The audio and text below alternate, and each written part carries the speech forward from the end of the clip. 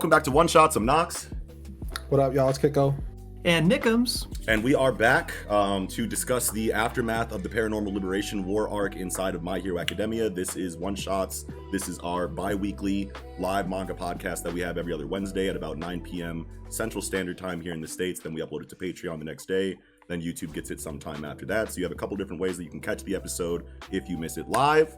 And yes, tonight we basically just want to have what I guess can be considered an extended discussion of the newest chapter of My Hero Academia, essentially. Ultimately, since that is like a confirmation of the end of the conflict. So now we know that this is going to be a huge shift in the storytelling potentially coming out of such a significant event. So we want to talk about what that could potentially look like, what we want to see, what is most likely to be seen. If that's different, we're going to have the whole conversation. And hopefully, if you guys have any questions or any thoughts on the matter, you guys can go ahead and fill up the chat and we'd be happy to address those live on the show with you guys here. But absolutely, yes. If you guys are new to Project Manga, we review Weekly Shonen Jump on YouTube usually, but this is our Twitch channel where we do things like this. So if you are new here, check out our About section and see all of our links and see what we do everywhere else. But all right, gentlemen, how are we feeling tonight?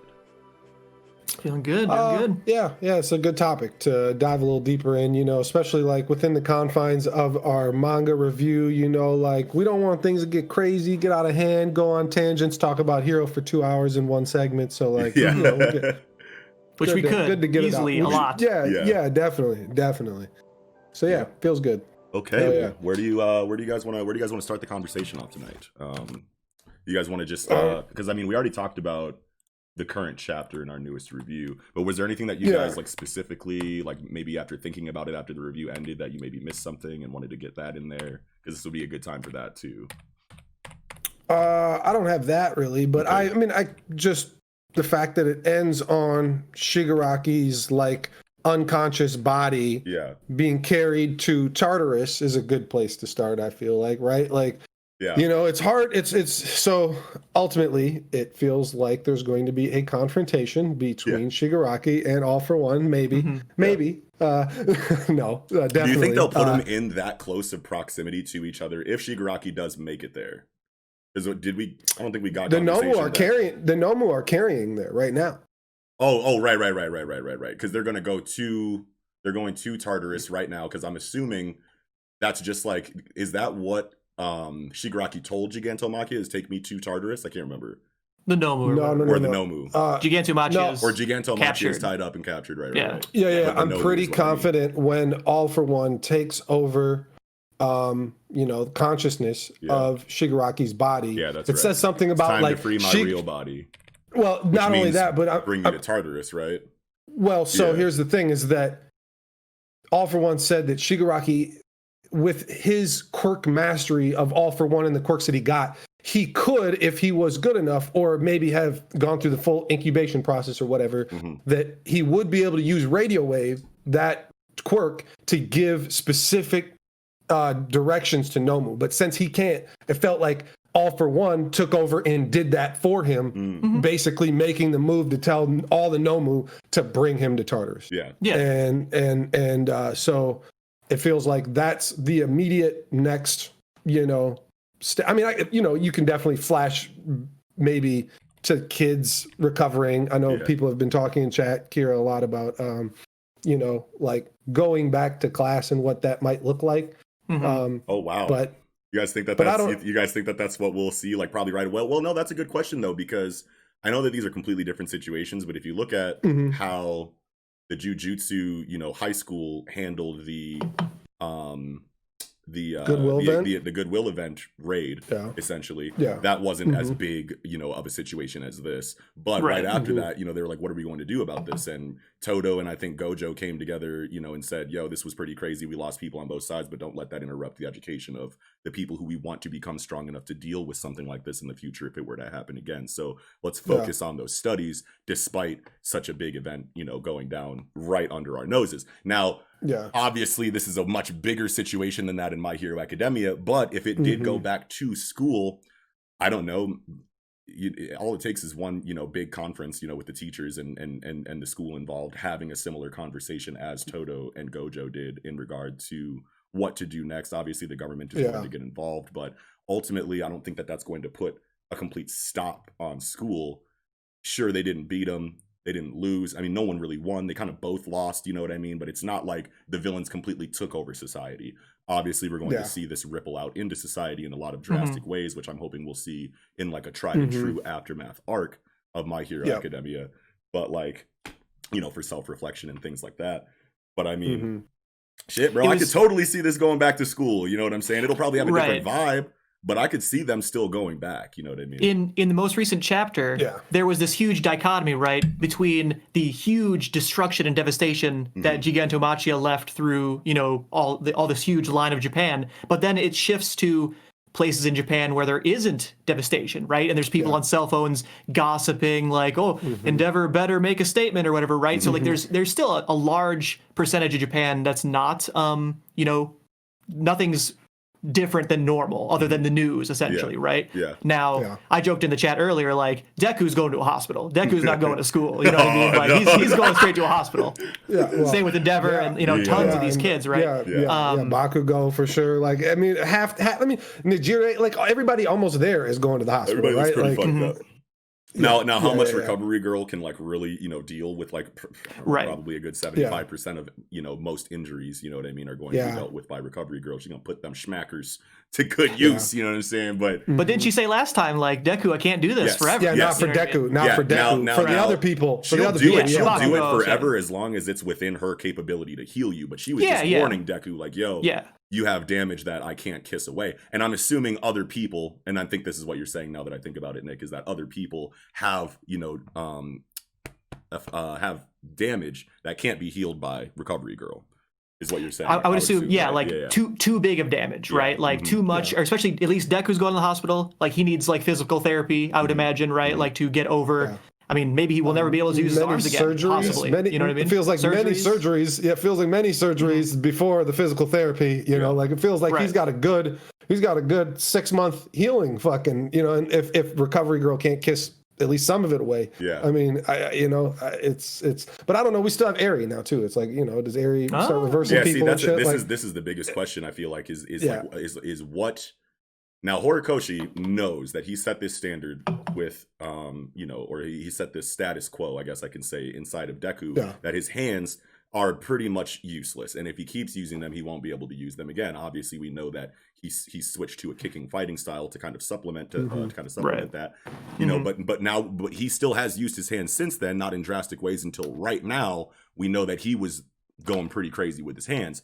So Kohei could either go, we're not going to heal his hands with Eri, which obviously I feel like we all want, in which case another question is, well, what are you going to do with his hands? Because they're clearly fucked. But the other route is, okay, his hands were fucked for like 200 chapters. It's okay for his hands to not be fucked anymore. You know what I mean? He could go that route. You know what I mean? So, well, I feel like Eri would be only able to reverse it to before this incident, right? Like not reverse him to 100% since it's so long ago that he took that damage. Like that would be fine, I guess. I mean, people are gonna still say that's super cheap and hand wavy though. Yeah. No matter what, me included, maybe in even general, you know, Eri in general, you know, like to reverse damage is very broken. You know, like I mean. Whatever. It depends how it's handled, I guess. Like if there's some big caveats, like something happens to her that, you know, like who knows, like after she, you know, because she was doing like experiments on like little like insects or like lizards and stuff, like reversing them to heal first.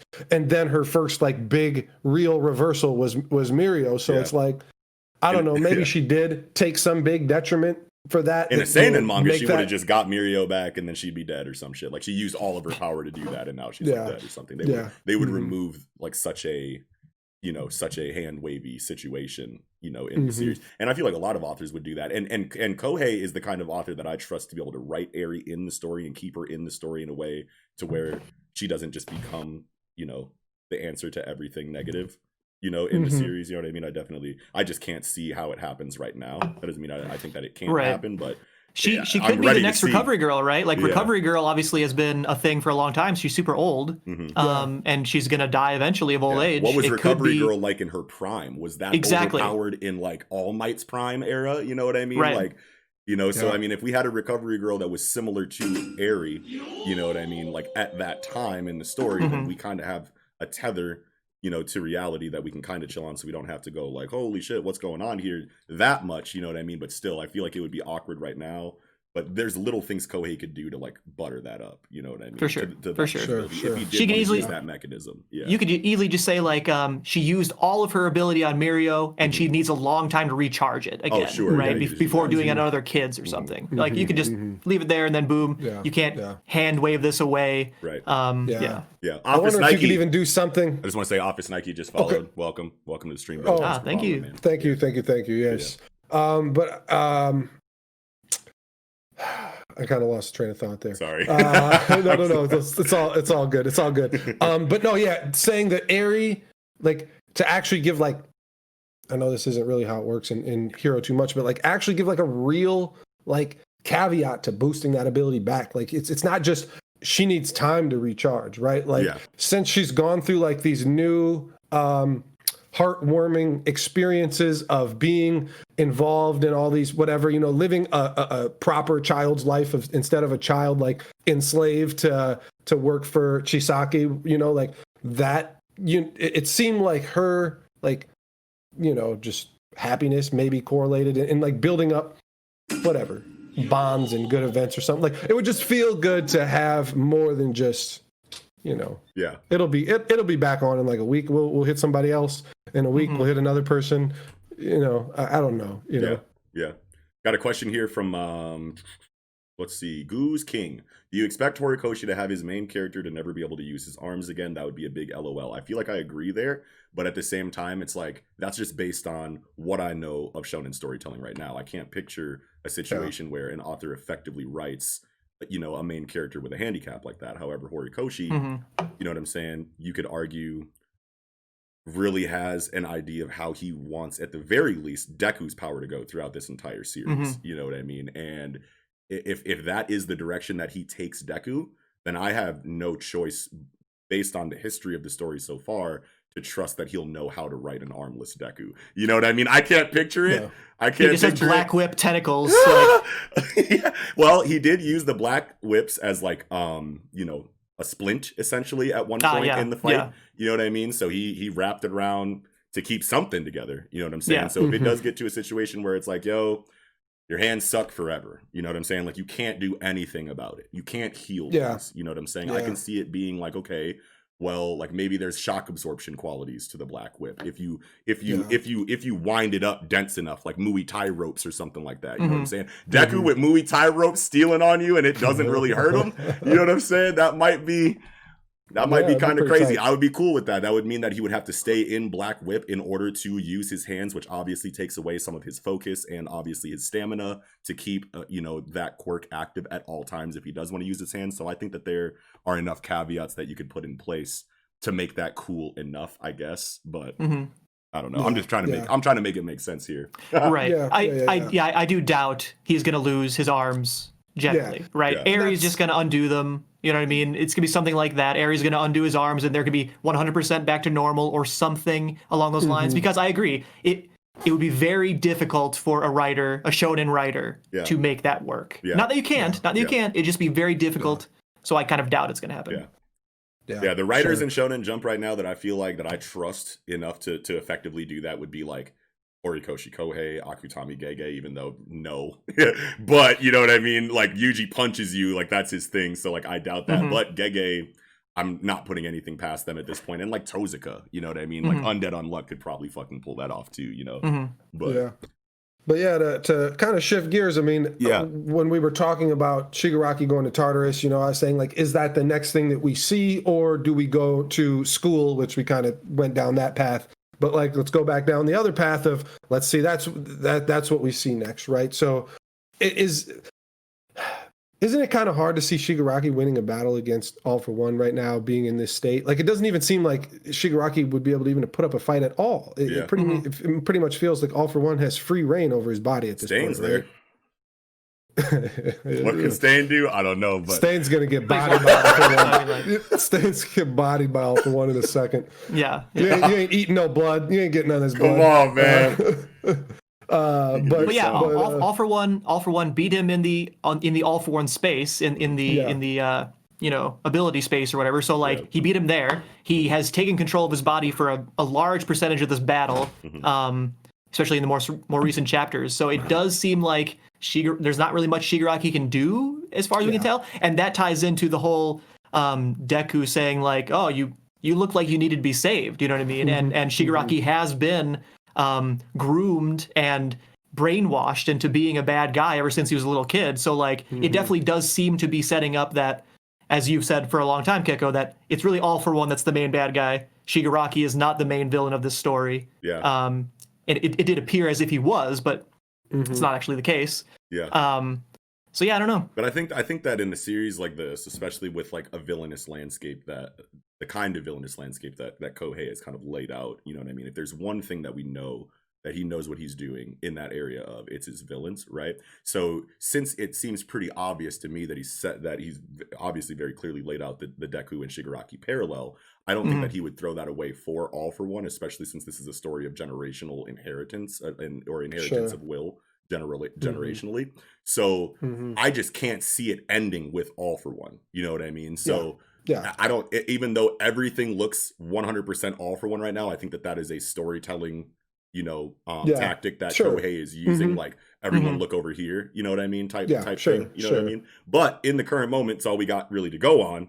And yes, All for One looks very much like that boy, very much so still right now. I mean, let me give you an alternative, I guess. I mean, couldn't you see this hatred thing fueling? I mean, obviously Shigaraki his whole thing is like, let the hatred build, and like that's what All for One wants him to do, because that helps him, like, have more control of their symbiotic relationship. But maybe Shigaraki breaks that with just sheer like hatred, willpower, reverse power of friendship, whatever, villain, Zenkai boost, whatever the fuck you want to call it.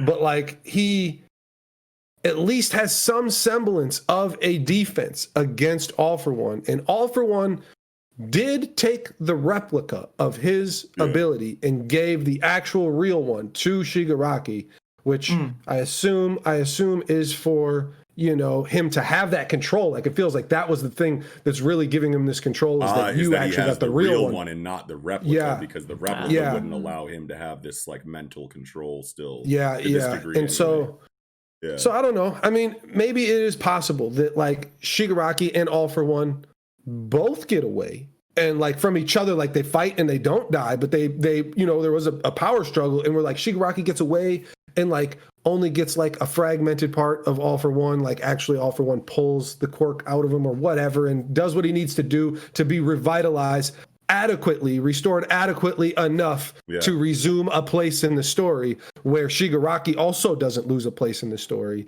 and then he can hone the decay more and still have maybe like newer quirks that were taken, like Search was a very new quirk taken from Pixie Bob or Mandalay or one of them cats. I don't remember which cat. I don't remember which one. Don't quote me on those. I probably got them both wrong. Probably neither of those ones. But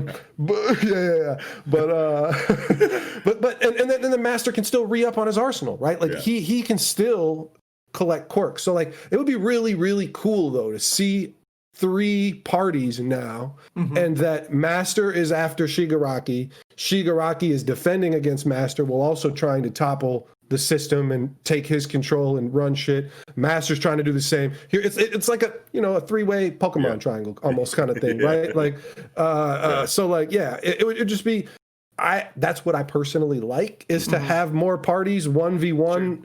I mean, even obviously know this on a mass scale, but like heroes versus villains, one ideology versus another ideology. It's like throwing a third ideology or just a third party to do stuff. And I feel like that would be really good. And I mean, I'll kind of wrap this up here. I've been talking for a long time. But you're good, bro. Master can take quirks, right? All for One takes quirks from people, right? And can bestow them to other people, right? So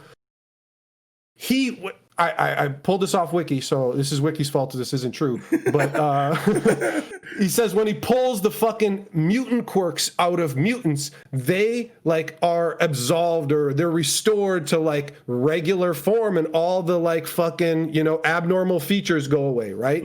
And so it could be like a fucking and I remember this from like 90s X-Men where like they were getting cured by like Dr. Adler, right? Or whatever. And so like Warren Worthington goes to get cured, and Rogue wants to get cured because she wants to have her thing with Gambit. So like they're trying to get rid of their mutant powers. Cured, right? Like so to speak, where he could really be like a messiah, like a fucking, I'm going to cure all these mutant people. Yeah. Then you got this contention with Spinner. You know, I don't know, Spinner like is because that's been a big thing that you've been talking about, and you're kind of an inspiration for me to even think about this avenue. Yeah. But like it really would be a you know, I'm healing the fucking mutant people that look terrible, and I'm giving those quirks to the people that want them to be on my team, on my arsenal. That is so fucking cool, because that is a couple X-Men arcs, and I've been talking for a long time about how I want to see more like tried and true X-Men related narrative references outside of just the quirk situation in My Hero Academia. And I feel like now that you kind of like laid that out, it makes a lot of sense, because couple things that I want to say here, a couple big points in regard to this point that you just made. So we know that this is probably, in the last really long time, the biggest villainous event in Japan in who knows how long, if not ever. I'm sure All for One probably tore it up worse in some kind of way back in the day. Yeah, 100 years ago or whatever. Maybe not, who knows. But this is the most significant event in a really long time. And obviously, Kohei has been doing a really good job of like showing us how society feels about the things that are happening around them. It's not just the main characters of the story giving their thoughts on things. You know what I mean? The society is very much so involved. And that plays into stakes and consequences in the story. So when you have society that is going to be split more than ever by an event like this, you're going to have the diehards that are like, heroes got this no matter what. Look at how hard they tried. Yeah, they couldn't really pull it out entirely, but clearly they did the best that they can do, so why are you tweaking? And then you're going to have the other side that's going like, this would have never happened if All Might was still here, and Endeavor's doing all kinds of fuck shit. It's going to be this like wild situation that is going to change the way that we see these characters in, you know, their day-to-day lives, outside of just news coverage, showing random families at home talking shit or supporting, you know what I mean? Like, we're going to see that in these characters. And Kohei is the kind of writer who's a very strong character writer, especially for a shonen, in my opinion. And the slice of life moments that some people might say they don't really like inside of My Hero Academia, but regardless, those are still brilliant, you know, segments of storytelling and character work. Whether you want that slice of life arc in between the action or not, regardless, like, he's writing his ass off during that time. And if you can write slice of life moments that well and show, you know, character development and character progression on like the more wholesome side, then we know that he's going to knock it out of the park on, you know, this vibey tone shift in the series coming out of an attack like this. So not only are we going to see, in my opinion, I think that we're going to see a very intense self-reflection and character growth arc out of this. Obviously, we can expect that.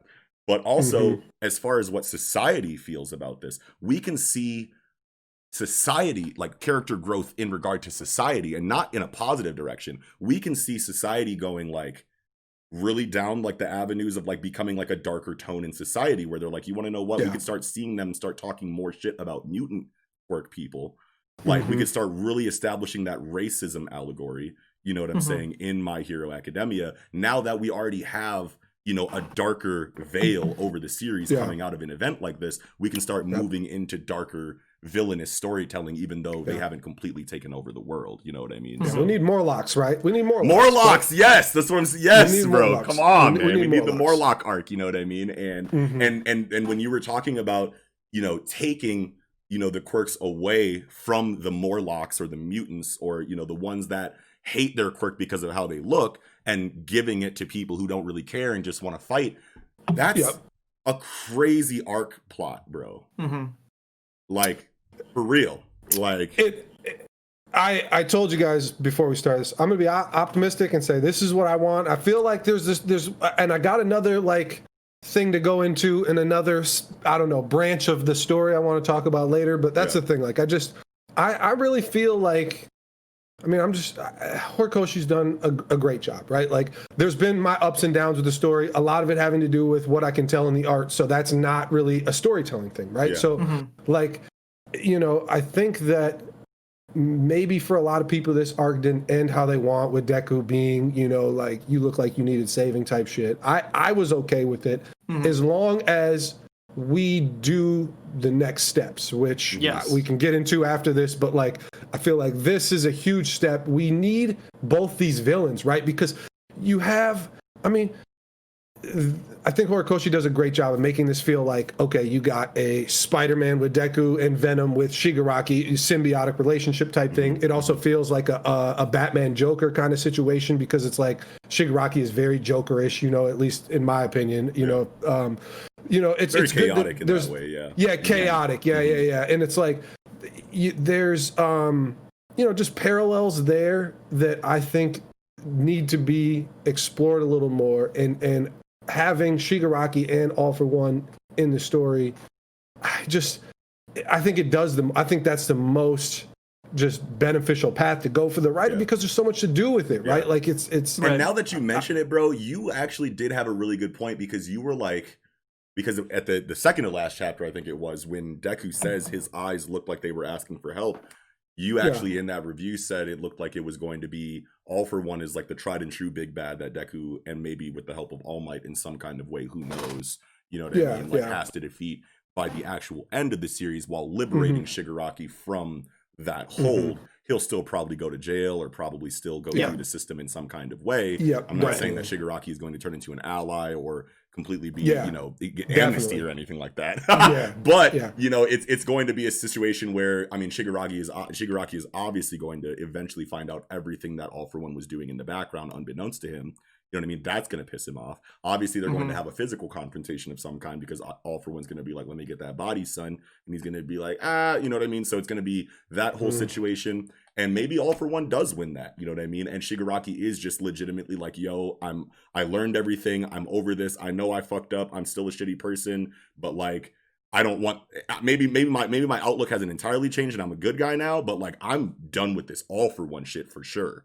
You know what I mean? And then obviously Deku will save him from that, because that's his character, and that's just what Kohei would do if that was the situation, you know, leaving All for One to be in, you know, whatever final state of, all right, Shigaraki's gone, it's just me, Ryu, final battle, you know what I mean? So I could definitely see it like that. Yeah.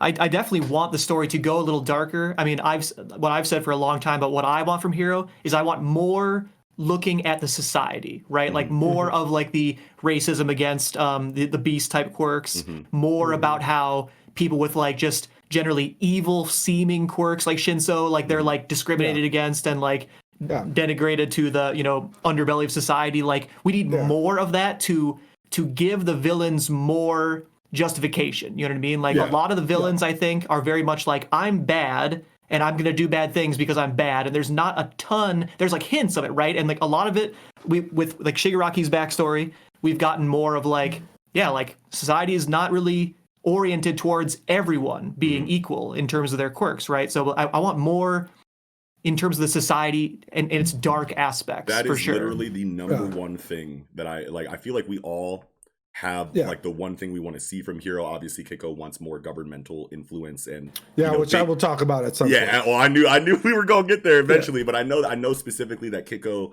wants to see geopolitical discussions and conversations and find out more about how the economy and things like that work inside of Hero. I agree that is something that I feel like we need to a certain degree. You know what I mean? In Hero. Me personally, and I could talk about it all the time. I want to see X-Men arcs in Hero, but the one specifically, now the Legacy Virus is the one that Kiko was talking about, where the Legacy Virus is an arc where they found the cure for, or not the cure, but basically just, you know, a virus that kills mutated people. You know what I mean? So it's not really the same thing, but there have been arcs where they have developed a cure for the people who don't want their quirks.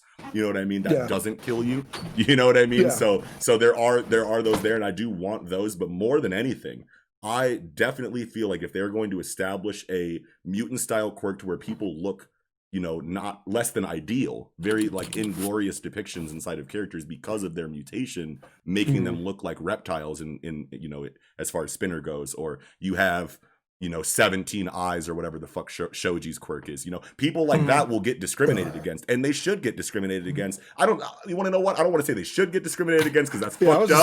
That's fucked up. Let me rewind that. For the story. For the story, I feel like that would be a great direction to take it, because why establish, and I feel like we are going to get it, because why establish that there are people who wish they didn't look the way that they did, who, why establish that concept or that point in the story to where people who have devastating quirks are assumed to be villains. You know what I mean? Like Decay, you would automatically go like, what's your quirk? Oh, I can touch you and crumble you away. You're a villain. You know what I mean? Like, there's got to be some kind of discrimination there. Otherwise, why set that up? You know what I mean? Yes, exactly. That's good. Yeah. That's good. I didn't want to, make Nox great again or anything.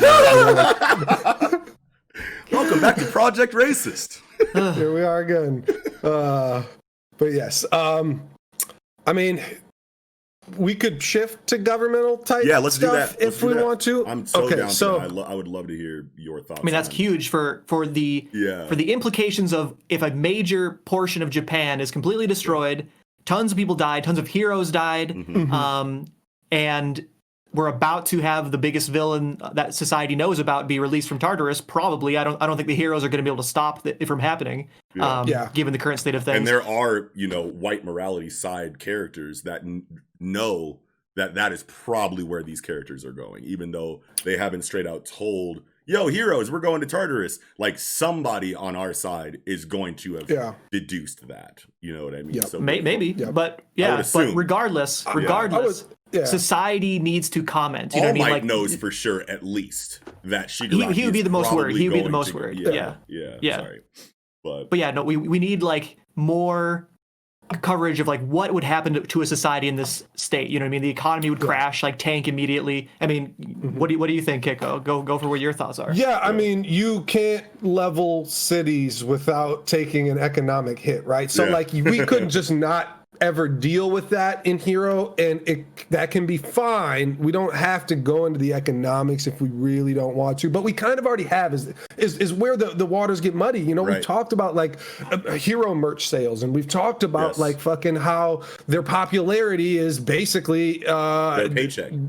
Exactly right. That's how much funding their agency's going to get. They're going to be able to hire more people. They're going to get better sidekicks. They're going to whatever, shoot up the capitalist fucking ladder that, we do here over in this country. But anyway, like, so I think if we don't like, if we don't focus on that, like, we don't really have to, as long as it's touched on a little bit. I just want to a look into the government, right? Like, so like Trumpet here is where I kind of want to focus, because Trumpet was apprehended. Yes. Trumpet is the leader of a politician. Yeah. Like I would assume on the level of like a senator or something, right? Like, and so like Trumpet is the leader of the Heart and Mind Party. I did not know that. I looked that up recently too, and it's like, okay, he runs his own political party. Now, what if? I mean, because that's just a great in that we can take. Like, we've apprehended a politician. If they're bringing up parties, yes, we got to go really there, right? Big, like Kohei's got something we have cooking to. for that. Yeah. You don't bring up parties. Exactly. Yeah. I'm definitely.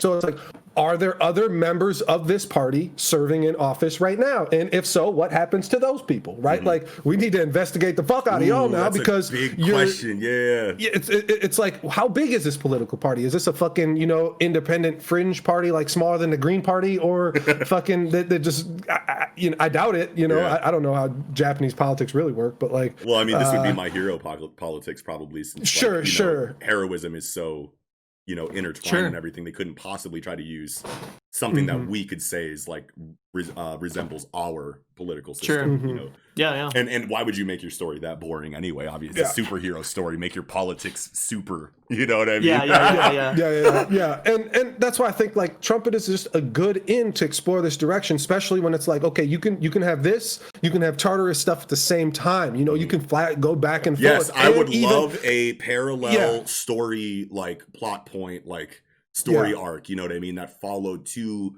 different parts of what an aftermath should look like after something like this. Yeah. You know what I mean? Like maybe what you're talking about, Kiko, on one side, and then like, protagonist self-reflection on the other side. You know what I mean? Like maybe those are the two primary plot lines running parallel, and then you can throw whatever the fuck you want in in between all that, you know what I mean? But I would very much so love a side-by-side story arc like that. That would be sick. And I feel like that's the best way to do this after this. I think so too, because so you can start focusing on the government, but like trickle down all the way into, the establishments of like like UA and the other schools and like all this other stuff. Like you just start high and because there needs to be the only two fucking things, governmental bodies we've seen that are at least on Wiki that I just wanted to pull up. You have the police force. Which isn't really a government branch. And then you have the Hero Public Safety Commission, which are non-heroes that basically get a say on hero society because you've got to have X amount of quirkless people that get a say, right? Basically. And so that was like, you see people in suits all the time that just look like regular people, like not all the time, but sometimes in Hero. And so it's like when the Stain situation was taken care of, the kids technically broke the law, right? And they were visited by, Police Chief Dogbird or whatever the fuck. Dogbird! Oh, yes! That's his name from now on. Yeah, sure. Police Commissioner Dogbird. That's what it is. But he talked about sweeping this under the rug and giving all the credit to Endeavor so the kids don't get punished. But is that really all the sweeping under the rug was really about? Like, that's not how politics work. So, like, there's just there's a few little things in the background that, like, give me optimism that we can go in this government direction, have Tartarus 2, have both of these things happen at the same time, and government eventually trickle down into like what's happening with the kids, because it would eventually systematically this system to all the way down to the school system, UA, Shiketsu, etc. Because we really need to talk about other schools too and how this affects them. We need to talk about abroad. Abroad has been used in a term which me and Nick brought up that the fucking dialogue was changed in the manga, that it was saying that Endeavor going to move abroad, and it's where is he going to get the money? And we were talking about like that makes no fucking sense. Endeavor's rich as hell. What are you fucking talking about? And then they changed it to, should we get out of this country? Basically, should we move abroad and get the fuck away? And then they said we don't have the money for that, which makes light years way more sense. Way more sense. We were stuck on that for a minute in our review. Yeah, we were. It just seems so weird. It's like, what do you mean? Where is he getting the money? Regardless, abroad. That was the thing. It's like I felt that, like, even though that sentence didn't make sense, it still made me excited for the fact that, like, okay, maybe Endeavor did go fucking abroad, and we did get another look. That's where you get, geopolitical. Now we're looking at other political systems around the world or whatever. Just and I think it's something that could be touched on lightly and come like full circle and go, not lightly, but like meaty adequately, I'll say, like just enough that doesn't have to give you the full fucking Hunter 5-page exposition dump with just text on the page, and we get enough to where we can build this foundation to basically start Hero Shippuden, right? Like, right. That now, go ahead, Nick. But I want to just like say that like you made you said something that makes me want to like comment directly on what you said. So like I just want to like say like I'm gonna throw this out there. What about Hero Shippuden? No. About like about like the way that Togashi like drops exposition on you when he really wants you to understand a concept or an aspect of his story, and how like we could really use one of those in My Hero Academia. And I'll just throw this out here right now. And I understand. So give it to me. I'm not going to be mad. Right now think about this, Kiko. Now Kohei, obviously, you know what I'm saying? This is a situation. This regardless of what Kohei wants to do with the geopolitical coverage of like things happening in society to that degree in the story, you know what I'm saying? Like if he wants to do that or not, it's his choice. But the world knows what just happened in Japan. Period. Yes. There's no way not to. Period. There's no way not to. Period. Yeah. Yes. If Kohei doesn't show us how the world feels about this, I agree that will be very awkward. We at least need to hear, even if it's one panel dedicated, a news anchor saying something United States, something Russia, something. It just doesn't make sense. You know what I mean? At this point, you know what I mean? Yeah. Now, if he wants to say, that those conversations did happen and we just didn't see it in the manga because it's focusing on a different area, that's cool. But then give us like not a 0.5 chapter, but like at the end of the chapter, you know what I'm saying? Like a hierarchical diagram, you know what I'm saying? Of the political like system in My Hero Academia, because it's like, give us something there, because this obviously commanded the attention of the entire planet.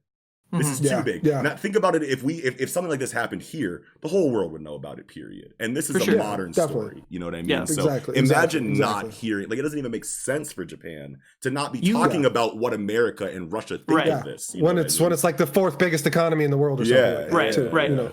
We get news stories of large earthquakes in Japan. You know what I mean? This is bigger than a large earthquake. You know what I mean? Like tons of towns we're destroyed by people. You know what I mean? Like that's crazy bigger news than an earthquake. If you're not going to show the specific news coverage or show a specific scene of America and Russia reacting to it, we know you show what your society thinks all the time. So at the very least, have a line of dialogue from a random extra that says, yo, did you hear about what Russia thinks about this? Something like that. You know what I mean? Sure. Think about 9/11, right? 9/11 happens and none of the world knows that happened at all. Like, think about how awkward that would be. You know, and that's just, and I shouldn't say just, because obviously it's a real tragedy that really happened. But like comparatively, if what happened in Hero was the same thing, I'm pretty sure the death toll in Hero is higher than what happened. You know, and that's definitely an awkward way to go with it. But that's a very like realist approach to think about this. Like, think of a catastrophe on that level, and that the rest of the world doesn't know about it. So yes, if we don't get it, you could even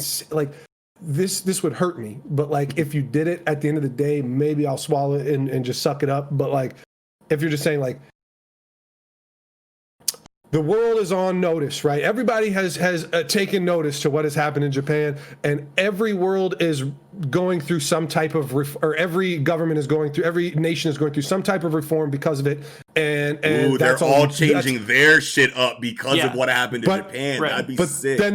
But then that being the end of the story and them never saying really anything else about it, like, I mean, as long as they give you like, I mean, so like that's the thing. If Horikoshi just gave us like minimal things, I would be mad about it. But at the end of the day, I couldn't be super mad because the argument is still that's not what Horikoshi doesn't want to. He doesn't want to focus on it. He wants to focus on the character portion of this, like how people's psyches are affected, and wants to really focus in on that. So much setup for a political chapter, and then drop an event that commands the attention of the entire planet. If you're just not going to show their perspectives on it. That's why I say that though, just because it's like that's what Hero has been to me thus far, is that we're going to focus on this and we're not going to give you any of this. So it's like I just have to, in my mind, say that's a very real possibility that we just get this brushed over very lightly just to give you enough so you can't complain, and then go back to playing badminton or something in the gym or something. I highly doubt that the entire dark tone of what this arc means for the future of the story will be brushed under the rug by a very simple explanation of like how the world feels about this, and then right back to the lighthearted, wholesome tone of slice of life arcs before this. I definitely don't think that's what we're going to see. I'm being a little facetious and going overboard by saying they're going back to playing badminton, right? Because that's definitely not what's going to happen. But yeah. I just thought about that. Like, oh my god, imagine. Go ahead though, Nick. Yeah. I was just saying. I want to talk a little bit about what Kiko was saying in terms of the scope of what is being talked about in society, starting at the top of like the people in charge of the government, going eventually down. It will eventually make its way down to UA and all the hero schools. Now, Goose King in the chat actually had an interesting comment that I really hope at least some students leave due to fear. Shorten the class list and get rid of the fodder characters. Wow. And I've often talked about how I do think a lot of the characters are take half them away now. But that's a massive thought, bro. Yes, please. Now, here's how you do it. Here's how you do it. Yeah. Have the government cut funding. You know what I mean? Be like, your school is so expensive. You fucked up so bad. Like, look what happened. This is where our money's going. This is where our money's going. We're not getting return on investment here. We're not getting ROI. We can't keep investing in this. They cut funding, and then you have to take away Class 1B, which means you have an arc in school of who's going to stay. Yeah. So both we get A and B have to have a new exam. We get Vine Hair Girl. We get Tetsu. Right. You know, we get a couple. And then that's going to be popularity vote decides what characters stay, and then Kohei is going to write it in a very, you know, contention filled, you know, like very, you know, intense arc, I would assume. If it you gotta have Kendo, man, Big Fist Kendo or whatever, Big Karate Fist Kendo, bro. You know, like there's some better B class characters. Sorry, there is some good ones over there that I really want to be in. I want Mushroom Girl too. I fuck with Mushroom Shimeji. Yeah, Shimeji. Yeah. Shimeji. Yeah, that's what I'm saying. Yeah. You could even go if you wanted to take the story even darker. You kick half the school out, you know, kick half the kids out, and make some of them be really salty about it and be more sympathetic to the villain side. You know what I mean? Yeah. Like, I think that's a little unlikely because they're heroes and like they really like to be heroes and want to be heroes. But like you would think at least one of them would be. Mineta, his little bitch ass, you know him. He's definitely on that. He's out. We've seen him with like the super scheming face too many times, and I understand that that's all for like lewd reasons. Yeah, he's just trying to touch butts. Yeah, but whatever, you know what I'm saying? If we did get an arc like this, Mineta, very easy to transition into a salty about this situation role, even though they're not taking Mineta out. If we do get an arc like this, Mineta isn't going anywhere. But it's just funny to think about. For sure. Oh my God, Kira said keep manga in the story. Worst character in the entire. Nick hates manga Fukidashi, bro. I swear to God, I've never seen Nick hate a character before manga Fukidashi. The only way you'll hear me say the sentence "I hate manga" is in this exact situation. It's funny. We should clip that and like use it against him in the future. I hate manga. Oh, I'm clipping it. Oh, it's over. Someone's already got you clipped. Clip that. I promise you. If Shiloh was here, he would clip the shit out of you. Okay. Wow. Hold on. Wait. No. There was a really cool thought or comment that I saw again from Goose King. He said, waiting for Spinner to remove the hand off Shiggy's face, leading Shiggy to get back in control and dusting All for One when they go face to face. Now this is tight because super tight because Spinner is the one that put the hand on his face. The hand on the face. So, you know, to kind of like reinvigorate All for One's presence in the moment so that they can get out of the situation. You know what I mean? So if you're going to allow that, then you can allow the opposite of the removal of and that would just hit just as hard symbolically. And that would be, give me my hand. He just grabs it and puts it back on. Like, give me that. Yo, that would be cold blooded. Yes. You get the wrist cracking. He breaks fucking Spinner's arm, just grabbing that bitch. Like, oh my bad, bro. Like, don't be taking my hand. I need that hatred. Yo, that would be. It would be tight. It would be tight. And I'm honestly like, man, I don't think I would be upset really with almost any direction we're going with the All for One Shigaraki situation. I mean, obviously it's always dependent upon how it's handled, but like if Shigaraki does win this and like fully like takes fucking All for One for real, manhandles it, boom, I'm 100% out here, you know, like I mean, I'll be with it, especially because like there's more you can, you know, there's more you can do with Shigaraki is writing wise, where it's like All for One's been around for 200 years, and that's the only thing that feels weak about him is that like, is he going to ever change in any way? Probably not, right? Yeah. Like it's hard to think somebody who's 150, 200 years old, however old the fuck he is going to be any different than who he is right now, right? Like that's what you say about, you know, old voters that watch Fox News. But yeah, you get the point. Yeah. They're not going to change. No, hell no. Well, I think that we could probably like start moving into like final thoughts about like the future of My Hero Academia. So I'm just gonna let you guys know right now, since we are moving into our final thoughts, if you have any other questions or statements that you want us to address before the episode is over, load them into the chat right now, and then after, well, you know, whatever the next point that's made is, we'll start addressing those before we wrap things up. But hell yeah! All right, I like right away. First, the most recent comment from Rain is a vibe. Deku having an international stint would look real good for the greatest hero. I agree. Well, we already saw All Might kind of like go abroad too. Yep. You know what I'm saying? Yep. So like, exactly. If we're following that generational inheritance of will, the same way that kind of like Oda does One Piece in the parallel between, you know, Luffy and Roger's crews. Yeah. They get scattered. Well, Japan is completely evacuated and 100% rebuilt, and they all go all over the world into different fucking cities. No. Hold on. So tight, bro. You had me real quick. Tight. I was like, wait a minute, Kiko's doing it again. That sounds so cool, but at the same time, I can't see an entire evacuation of Japan just for the areas it's that crazy. were affected. I mean, has that ever been done? Like, let's evacuate a whole island of like 30 million people? But that doesn't mean that we can't evacuate the areas of Japan that have been hit, obviously, because there's very intense construction that needs to happen in the areas that were at ground zero, obviously. You know what I mean? So, like, where are those people going to live in the meantime? So, we could see Class 1A characters, exchange student abroad arc or something, or maybe an exchange student comes to UA from a different country. We could see something like that too. But I like that route. I think that would be cool. Yeah. How much did you say the population was, Kiko? I said like 40 million or something. I mean, I should have thought about that. Did he get clowned for that? No. Kira's right, man. Well, no, I mean, if I'd have thought about it for a second, I would have came up, but I just threw a number out there. Off the top of the dome? Come on, man. I said, what's New York's population? Just double that. That's basically what I did. It's like double New York. I don't know. That's American arrogance. Sorry. I think we're the best, even in population, when we're only like third or fourth. I mean, we're third. I think Indonesia's fourth, but whatever. No country got more people than us, because that matters to us for some reason. Our people are worth 10, I guess, right? Oh my god.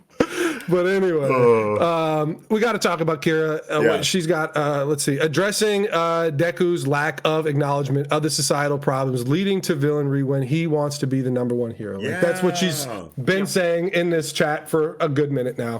And it's true that Deku has not done enough to really put himself in the shoes of a Shigaraki, which it seems like this is kind of where we're going to go. Dude, this is so weird. A try-hard hero fan like Deku knows the societal, understands the hero society more than most. He's not upset about the things Shigaraki's upset about to some degree.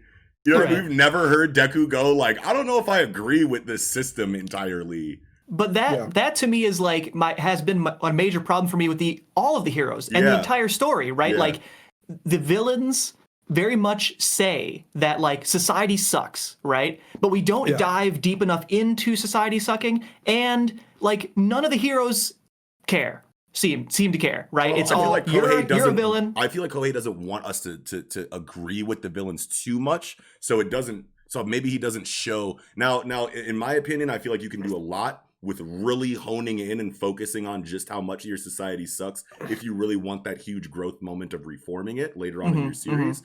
But like at the same time, it's like, man, maybe no one's complaining about it because low key they're cool with this, and that's a problem even inside of Deku, and that's a major point of his growth, is coming to terms with the fact that he's been cool with such a flawed system for so long, being a tryhard, wanting to be the number one hero. He heard everything that Shigaraki said. He heard everything that Dabi said. He heard everything that Stain said. He's not an idiot. He knows that they're spitting to some degree.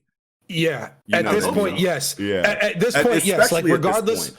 Well, exactly right, especially at this point, because regardless of how much you can write off to a 15-year-old being naive to a fucking, political This is system. the one that you don't say that. This is the one you can't say that about. It's Deku. You know what I'm saying? Well, let me give just a couple things. He focused all his fucking academics or just intellectual power on heroes and making sure he knew about heroes, fighting, and like just all these things that he needed to bridge the gap between being a quirkless hero and a quirk having hero, I guess. So like you could say he focused on that. He didn't care about politics or whatever, which is still a little weird, but regardless, like that's okay at some point in the story. But you're right, after hearing Stain, after hearing Dabi, after hearing Shigaraki, after seeing what happened to like, a bunch of situations. I was gonna say twice, but I don't think he saw what happened to twice. But I mean, he's gonna talk to Tokiyami after this. He's gonna, I don't know. There's gonna be there needs to be some reflectance on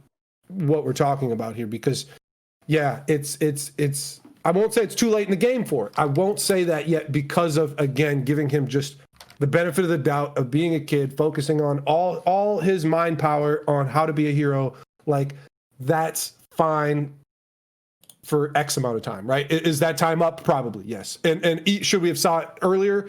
Yes, but that's still okay as long as, again, I just feel like there's a lot of things on the docket for Horikoshi to hit, and if he doesn't hit them,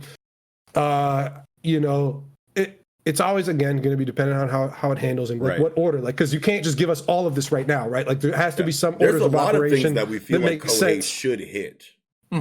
But if he doesn't hit everything, like right now, and it does all feel like right now, but there are some things that I feel like we could live without him touching on if he really goes hard to touch on the other things. Yes. And you can always come back to things like that, like we don't have to see Deku in this fucking manga for fucking 50 chapters, and I wouldn't mind. I would be totally okay with that. Him being on Gon fucking bed rest, wrap the fuck up, done. He's out of the fucking story for 50 chapters while we focus on infrastructure and all the things. So here for that, or keeping Deku in the story. That's what's great about My Hero Academia is that Kohei's already done this once. He gave us My Villain Academia with no protagonist on screen for like 25 chapters. You know what I mean? So we know that My Hero Academia is the kind of story that can exist without Deku on screen for too long, without anybody that is, main character on the white side on screen for too long. You know what I mean? For sure. If we are going to go into what Kiko is talking about, where we don't see anybody, I feel like maybe that's too soon after My Villain Academia to kind of go back into another arc like that. But maybe one where like you really only see Deku like splashed in every so often throughout this infrastructure, self-reflection arc, where the characters we see most of the time aren't there, so that we can get more world building. You know what I mean? Because we've gotten a lot of world building in My Hero Academia inside of the space that the story occupies.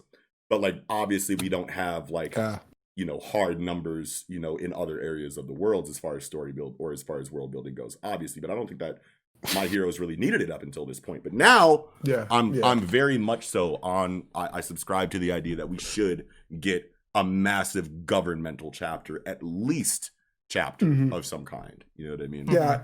And just real quick on this, just Goose King commenting that we didn't see him from like 220 to 245, so that's good. Was that exactly 25 chapters?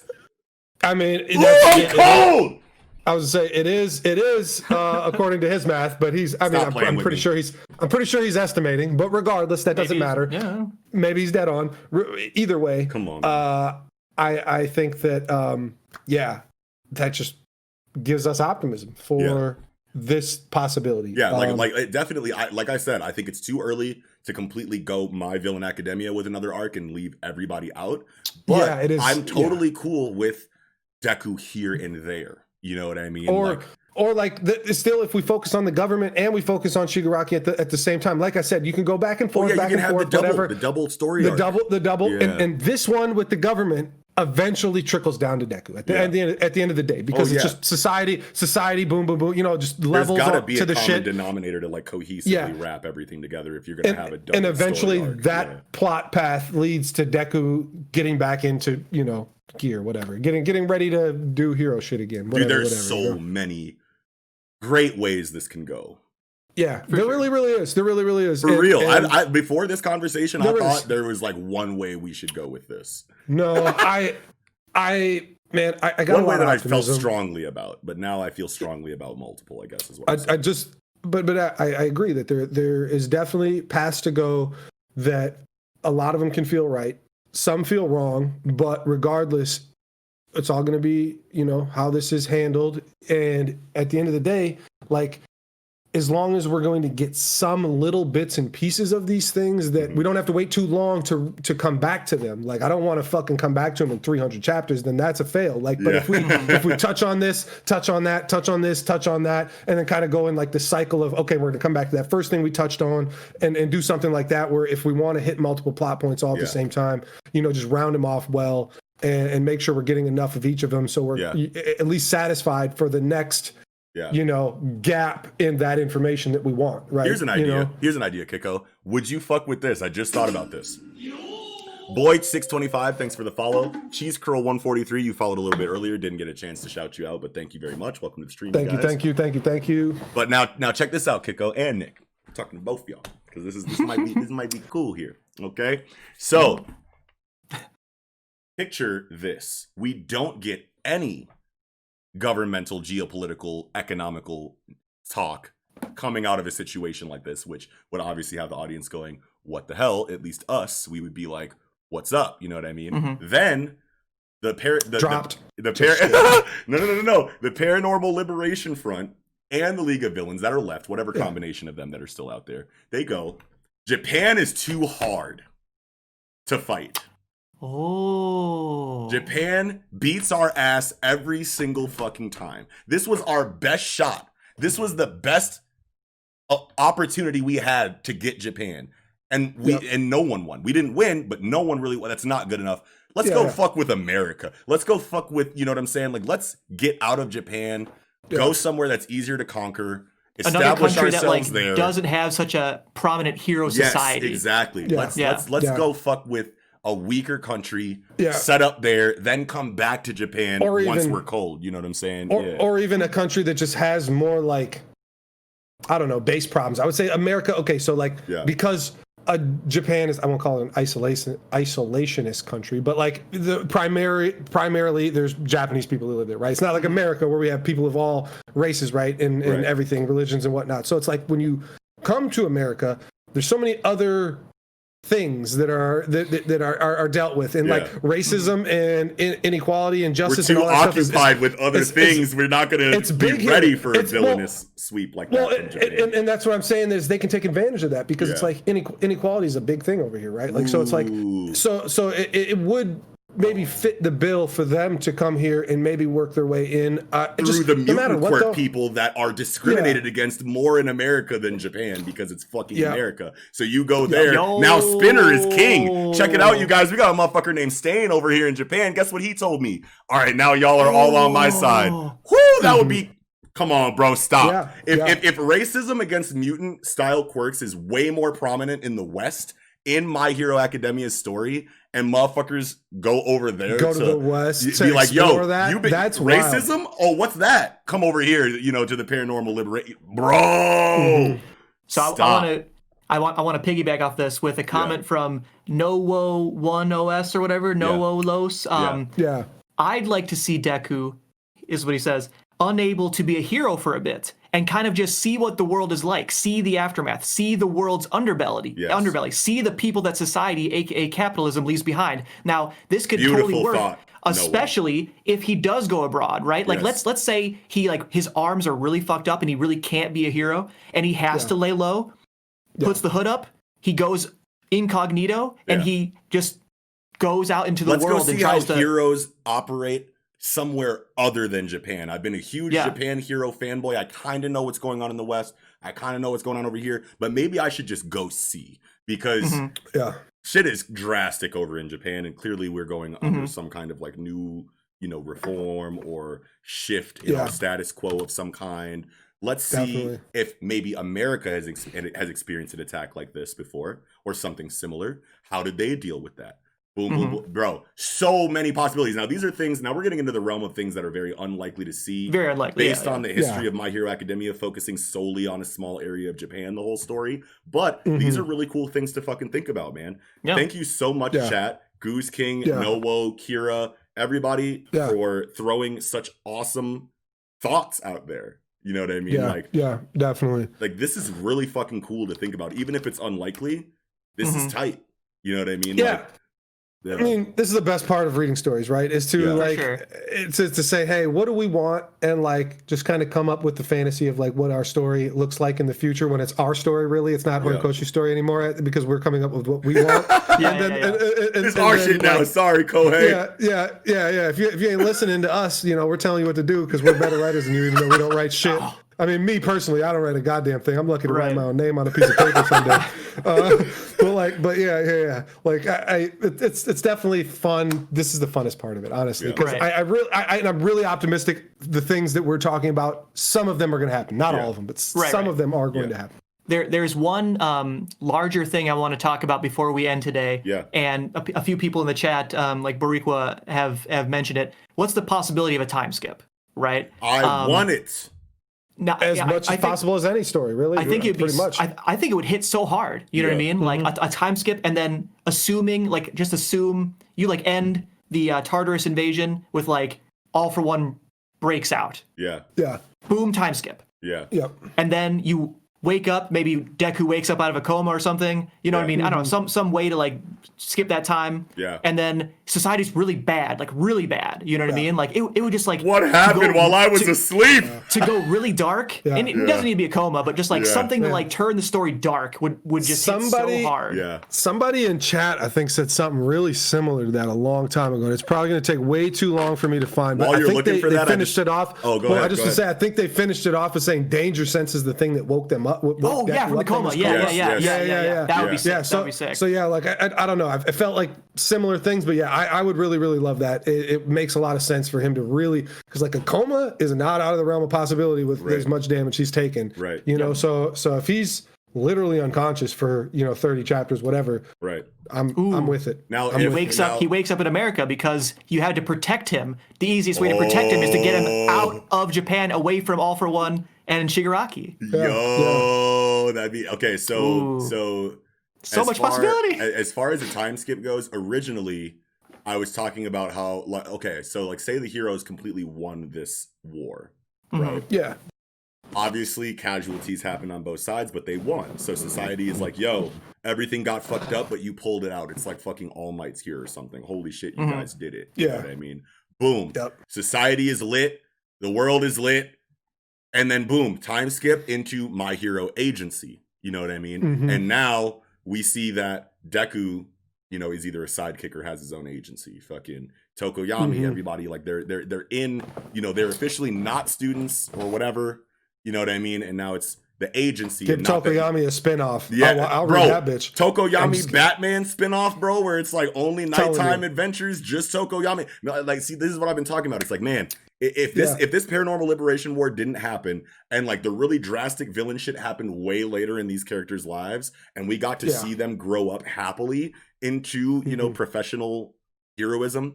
You know what I mean? Before the crazy villain shit started happening, and we got a time skip. Maybe we skipped the third and fourth year. You know what I mean? And now, boom, they're in agencies. My Hero Agency replaces Academia, similar to Shippuden and Naruto Part 1. That's like kind of how I saw it. But now, My Hero Agency doesn't really make as much sense to me if Deku is going to be in a coma for X amount of time and then wake up to a new societal situation. Because Deku, if it was going to go to My Hero Agency, I would assume Deku would have to be included in that shift or that jump, but he's not going to come out of a coma as a professional hero or sidekick, on his own or in an agency, you know what I mean? So that feels more weird to me now to think about that. Yeah.